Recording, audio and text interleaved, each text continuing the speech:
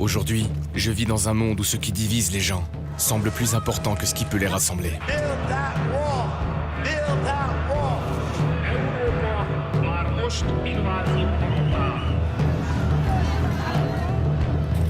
En fait, j'ai peur de ce monde qui a peur. Nous tous, c'est un film qui parle de faire le pas vers l'autre, l'autre étant quelqu'un qui a une identité différente de la mienne. Dans la société actuellement, on est replié dans des tribus, et là, l'idée du film, c'est de montrer qu'on peut sortir de sa tribu et de faire le pas vers l'autre, l'autre étant quelqu'un qu'on ne connaît pas, qu'on n'a pas l'habitude de côtoyer.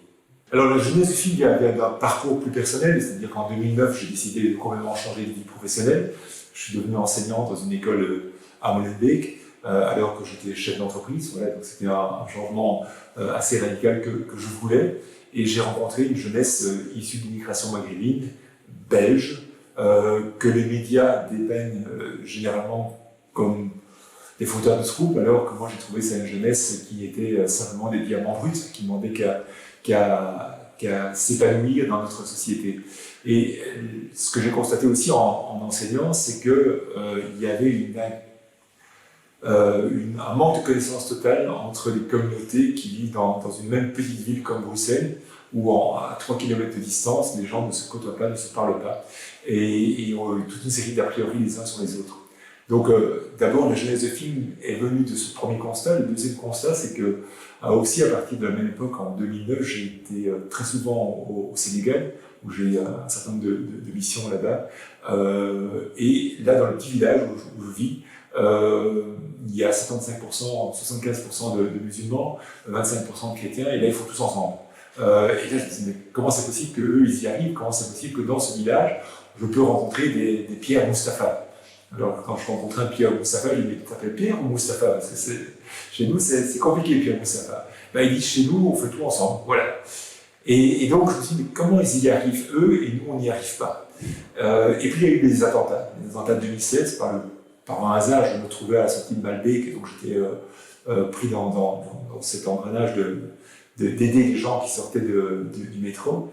Et c'est là qu'a été le déclic. Je me dis, mais on en est là, on en est dans cette situation de drame communautaire, ce repli crée des catastrophes comme des attentats, et je dis, allons voir des choses positives.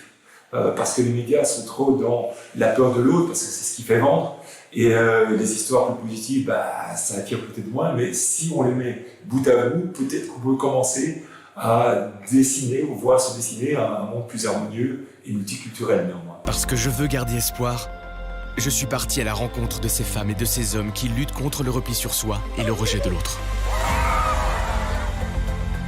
Beaucoup de gens me demandent, mais comment est-ce que tu peux traiter avec des gens qui ont tenu des armes et qui ont peut-être tué quelqu'un? Je me dis, parce que je juge pas. C'est tellement simple et en même temps tellement difficile. C'était un travail de 1 an et demi, d'abord de le chercher sur Internet, de prendre contact avec eux, puis de tirer des fils.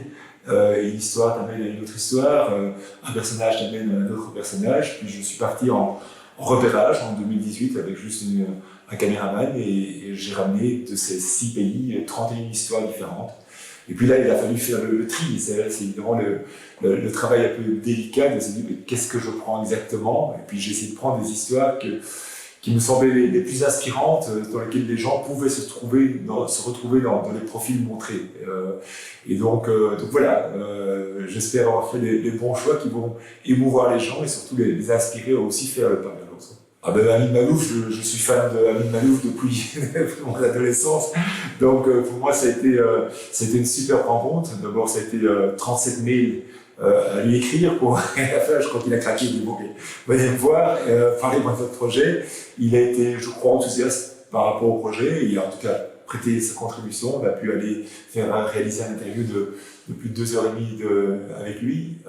Donc c'était une très belle rencontre. Et pour moi, Amin Malouf a écrit un livre fondamental qui sont les identités meurtrières en 98, où il parle de ce problème d'identité qui devient crispant à l'heure actuelle. Benoît Scholler a fait une étude fantastique en Belgique, qui est l'étude Noir Jaune Blues, qui montre justement tout ce problème de la tribalisation de notre société. Et donc, voilà, par différents contextes, j'ai pu rentrer en contact avec Benoît Scholler, qui a été aussi enthousiasmé par le projet, qui a voulu prêter sa contribution et aider à mettre le fil rouge tout au long du film. Syriens, Palestiniens, Libanais, ça ne fait rien pour nous. C'est un patient, c'est un être humain, un point à la ligne. Il faut toujours vivre amiable, de vivre avec communauté. Nous devons repenser le monde, un monde où chacun a sa place, sa dignité. L'art permet de mieux comprendre l'autre et une des histoires, c'est Léa Baroudi, qui au Liban fait se rencontrer des gens qui hier encore tenaient les armes les uns contre les autres, et il se les fait se rencontrer par le théâtre, par le dessin, par l'expression corporelle. Donc oui, l'art est un vecteur de rencontre à l'autre. Mais le sport aussi.